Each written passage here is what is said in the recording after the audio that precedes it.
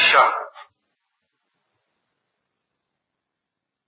اتخبلت فجأة، بصت ولقت كل الناس بتحمل عفشها وعيالها في العربيات، الطير والماشية والنورج، حتى الباب خلعوه من الكعب ولا حدش منهم خد باله للكلب.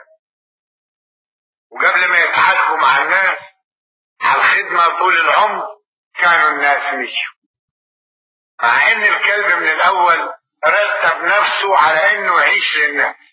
اذا شاف واحد او حتى خيالات، اذا فات انسان او حتى ما فات، ينبح لما يتقطع الصوت وتتمزع منه خيوط الجنة، يعوي على السطح وقدام الباب، واخر الليل يرموله اللقمة والله العظمة.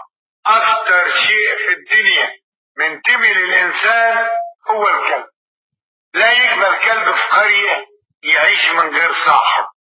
الكلب لابد يكون له ارض ودار، والكلب يبقى كلاب القرية بعيلته ومكانه. كلب العمدة مثلا هو العمدة في كلاب القرية، وكلب الغلبان غلبان. كلاب رافضة كلاب، كلاب بتحب كلاب، وكلاب انتهازية في علاقتها بكلاب. لكن لما صبحوا الصبح وما لقوش القوم، اصبحوا سواسية في الرعب وفي مواجهتهم.